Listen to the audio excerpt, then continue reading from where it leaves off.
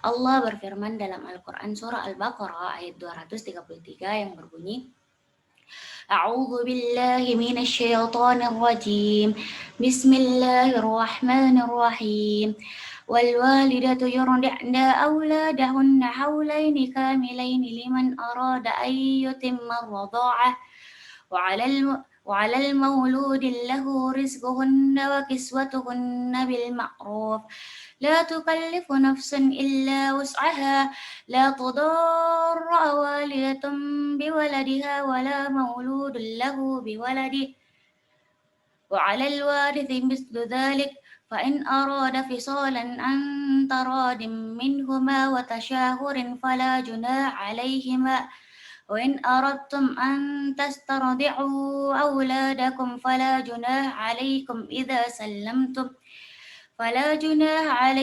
إذا سلمتم ما آتيتم بالمعروف واتقوا الله واعلموا أن الله بما تعملون بصير. Yang artinya, ibu-ibu harus menyusui anaknya selama 2 tahun penuh bagi yang menyempurnakan masa susuan. Bagi sang ayah, wajib menanggung nafkah mereka dan sandangnya dengan cara yang baik. Seseorang tidak dibebani kecuali sepadan dengan kemampuannya. Jangan sampai seorang ibu teraniaya dengan anaknya. Begitu pula seorang ayah.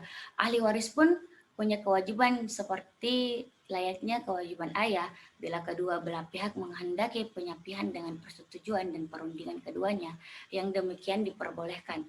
Dan bila kamu kehendaki orang lain menyusuinya, itu pun diperbolehkan asal kamu menyerahkan sesuatu pemberian yang pantas kepadanya.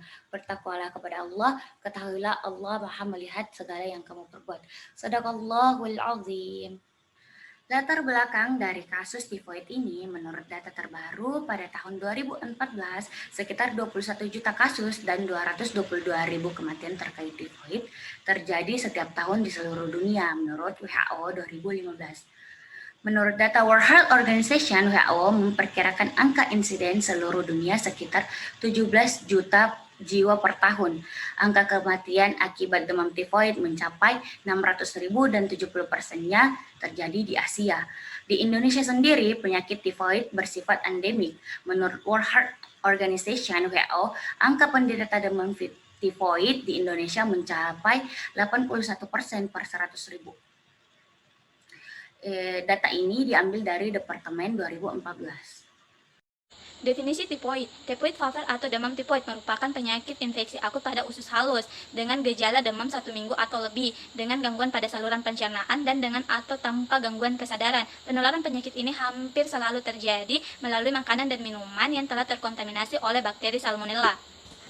Patofisiologi. Patofisiologi demam tipoid melibatkan 4 proses kompleks mengikuti igestis organisme, yaitu 1. Menempelkan dan invasi sel-sel di pair pex. 2. Mikroorganisme bertahan hidup dan bermultiplikasi di mikrofag, pair pex, nodules, limfatikus, mesenterikus, dan organ-organ ekstraintestinal sistem retikulum endotelial. 3.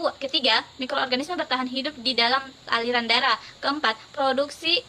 Produksi enterotoksin yang meningkatkan kadar CAMP di dalam kripta usus dan menyebabkan keluarnya elektrolit dan air ke dalam lumer intestinal. Manifestasi klinis. Gambaran klinis demam tipoid pada anak lebih ringan dibandingkan pada orang dewasa.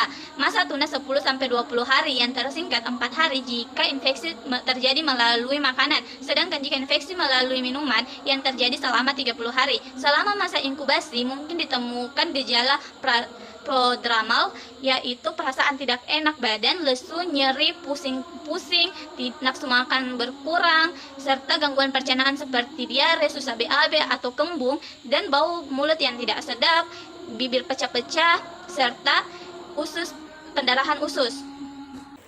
Adapun komplikasi yang akan muncul akibat tifoid, menurut Jufri M tahun 2018 itu berupa meningitis, kemudian miokarditis, peritonitis, hepatitis, sepsis, dan pendarahan gastrointestinal.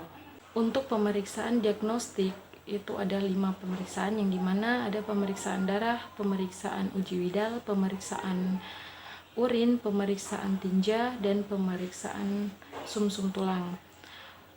Untuk pemeriksaan uji widal, tujuannya menentukan adanya agglutinin dalam serum klien yang disangka menderita tipoid akibat dari infeksi Salmonella typhi.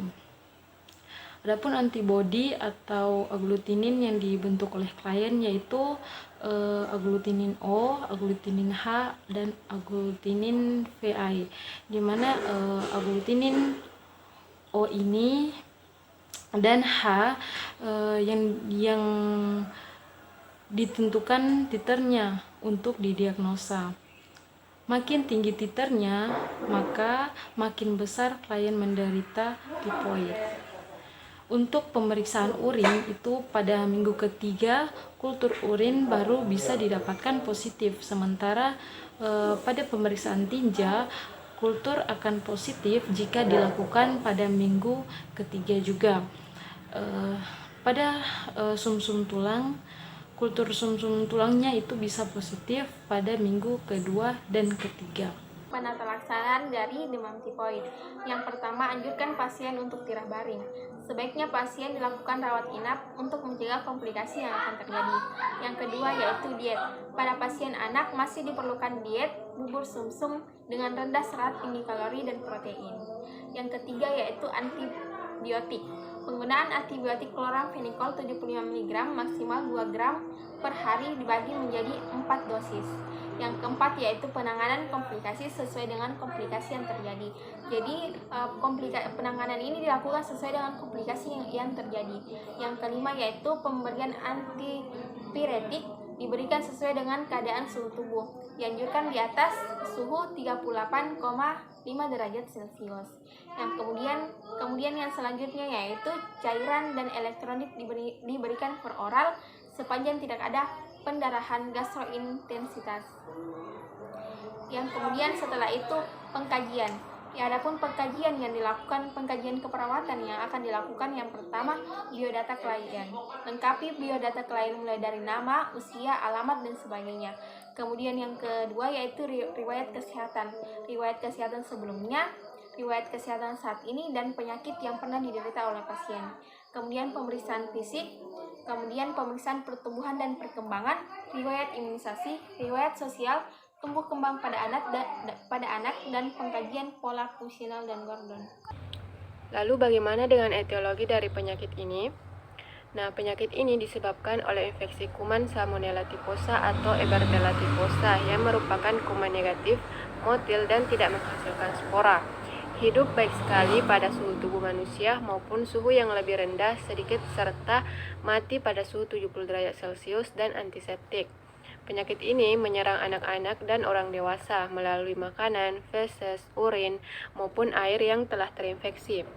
Bakteri penyebab demam tipoid akan menempel pada makanan, kemudian apabila termakan saat kondisi imunitas sedang lemah, maka akan mudah tertular.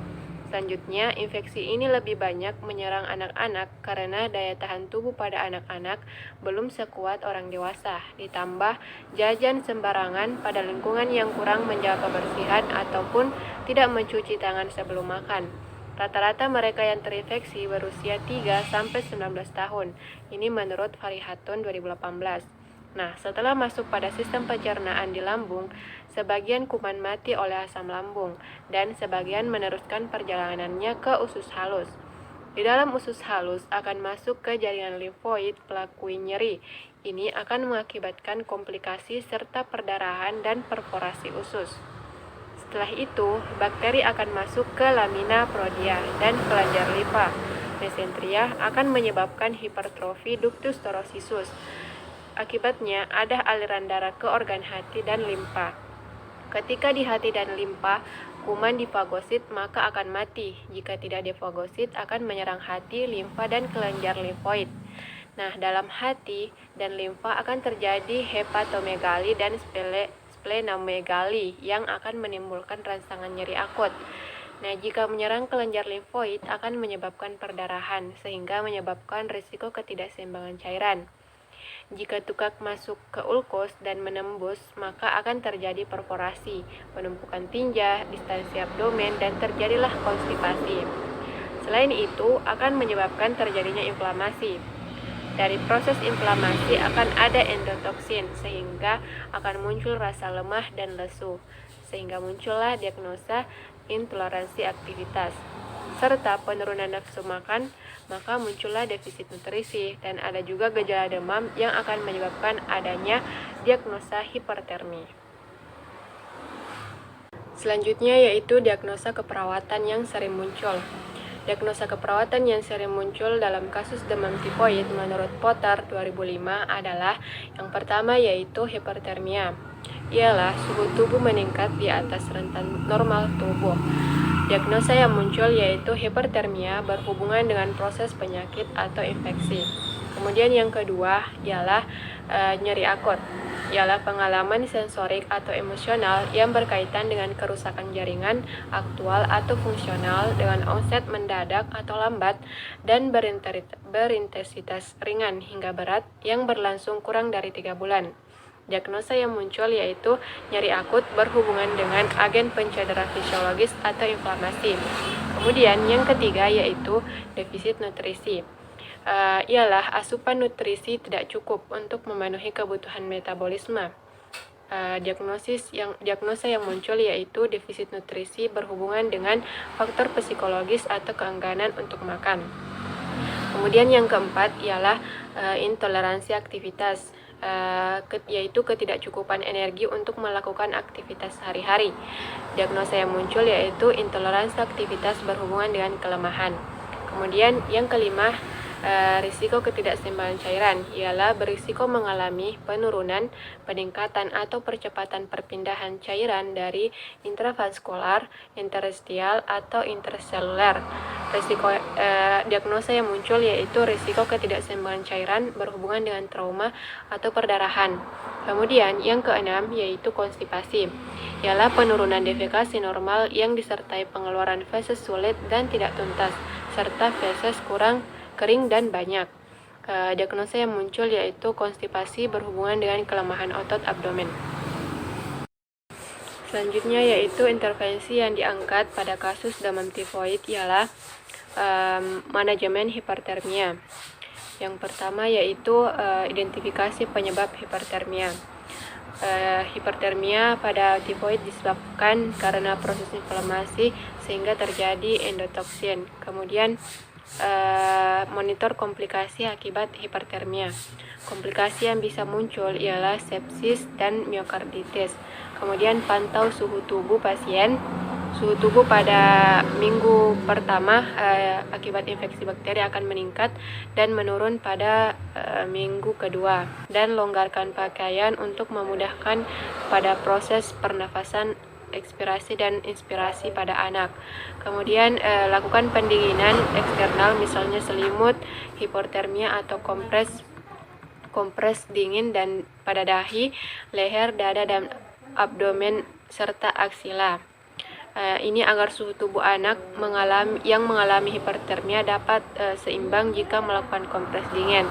Akan tetapi jika demamnya sangat tinggi dianjurkan untuk kompres hangat untuk menyimbangkan suhu yang ada pada tubuh anak dan suhu yang ada di lingkungan luarnya. Kemudian edukasi, anjurkan tirah baring.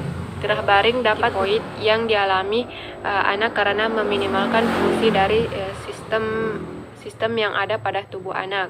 Kemudian yang kedua yaitu untuk diagnosa nyeri akut, intervensinya yaitu manajemen nyeri. Yang pertama, identifikasi lokasi, karakteristik, durasi, frekuensi, kualitas, dan intensitas nyeri. Ini sebagai interpretasi dalam mengangkat intervensi yang tepat. Kemudian identifikasi skala nyeri untuk menilai tingkat keparahan rasa sakit yang dirasakan anak.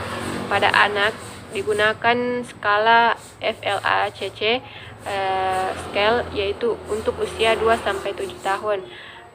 Kemudian untuk menilai nyeri selanjutnya yaitu digunakan Face Pain Rating Scale, ini untuk usia 3-6 tahun. Kemudian identifikasi respon nonverbal.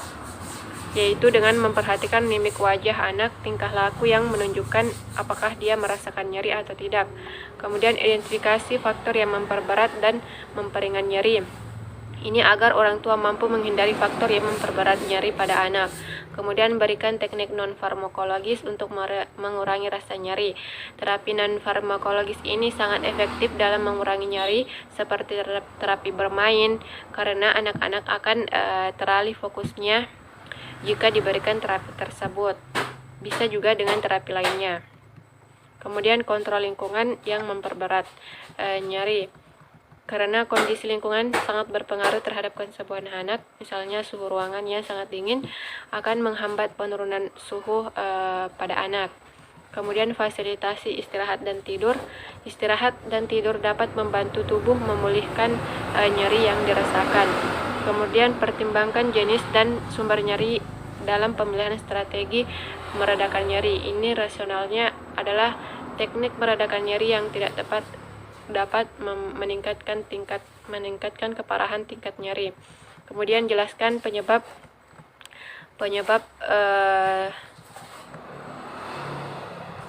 terjadinya nyeri itu agar pasien dan orang tua dapat menghindari penyebab atau pemicu terjadinya nyeri. Jelaskan strategi untuk mengurangi nyeri, ini untuk meredakan nyeri secara mandiri. Kemudian yang ketiga yaitu untuk diagnosa defisit nutrisi, manajemen intervensi yang diberikan yaitu manajemen nutrisi.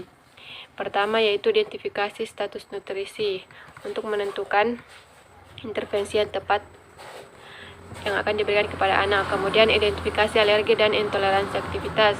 Ini untuk menghindari jenis makanan yang menyebabkan nyeri. Kemudian sajikan makanan secara menarik dan suhu yang sesuai untuk meningkatkan motivasi makan untuk anak. Kemudian anjurkan posisi duduk jika mampu, karena makan dengan duduk akan mempermudah proses pencernaan pada makanan.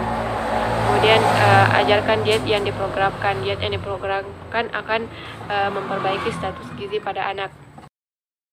Selanjutnya untuk diagnosa intoleransi aktivitas, manajemen intervensi yang diberikan yaitu manajemen energi. Yang pertama, monitor pola jam tidur, karena pola tidur yang baik dapat mempercepat penyembuhan. Kemudian monitor lokasi dan ketidaknyamanan selama melakukan aktivitas. Ini untuk menghindari melakukan aktivitas yang menyebabkan ketidaknyamanan. Kemudian sediakan lingkungan nyaman dan rendah stimulus. Lingkungan sangat besar pengaruhnya dalam proses penyembuhan. Fasilitas duduk di sisi tempat tidur.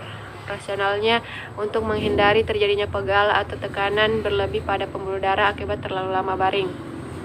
Ini anjurkan melakukan aktivitas secara bertahap untuk melatih sistem tubuh secara bertahap. Risiko ketidakseimbangan cairan, diberikan intervensi manajemen cairan. Yang pertama yaitu monitor berat badan harian. Ini untuk memantau pertambahan atau pengurangan berat per harian pada anak. Kemudian monitor hasil pemeriksaan laboratorium. Ini untuk menilai ada atau tidak kelainan pada darah dan urin. Kemudian berikan asupan cairan agar cairan dalam tubuh seimbang. Kemudian yang diagnosa terakhir yaitu konstipasi. Diberikan intervensi manajemen eliminasi fekal, di mana yang pertama yaitu identifikasi masalah usus dan penggunaan obat cahar. Ini untuk mengidentifikasi bising usus dan penggunaan obat pencahar agar mengetahui penyebab dari gangguan eliminasi tersebut. Kemudian monitor buang air besar seperti warna, frekuensi, konsistensi, dan volume. Rasionalnya warna, frekuensi, dan konsistensi serta volume feses dapat menginformasikan adanya kelainan pada kondisi gastrointestinal. Kemudian monitor tanda dan gejala diare, konstipasi, atau infeksi. Ini untuk mengetahui intervensi yang sesuai. Kemudian berikan air hangat setelah makan, karena air hangat dapat membantu usus berkontraksi sehingga membantu mengatasi konstipasi. Selanjutnya, sediakan makanan tinggi serat, karena makanan tinggi serat mampu mengatasi konstipasi. Selanjutnya itu jelaskan jenis-jenis makanan yang membantu meningkatkan keteraturan peristaltik usus. Ini agar pasien mampu mengatasi konstipasi secara mandiri. Selanjutnya itu anjurkan meningkatkan aktivitas fisik sesuai toleransi. Karena aktivitas fisik seperti olahraga dapat membantu mengatasi konstipasi. Untuk kolaborasi pemberian obat suppositoria jika perlu. Karena obat suppositoria dapat membantu pengeluaran feses pada penderita konstipasi. Mungkin itu sedikit penjelasan terkait intervensi yang diberikan pada anak yang mengalami demam tifoid.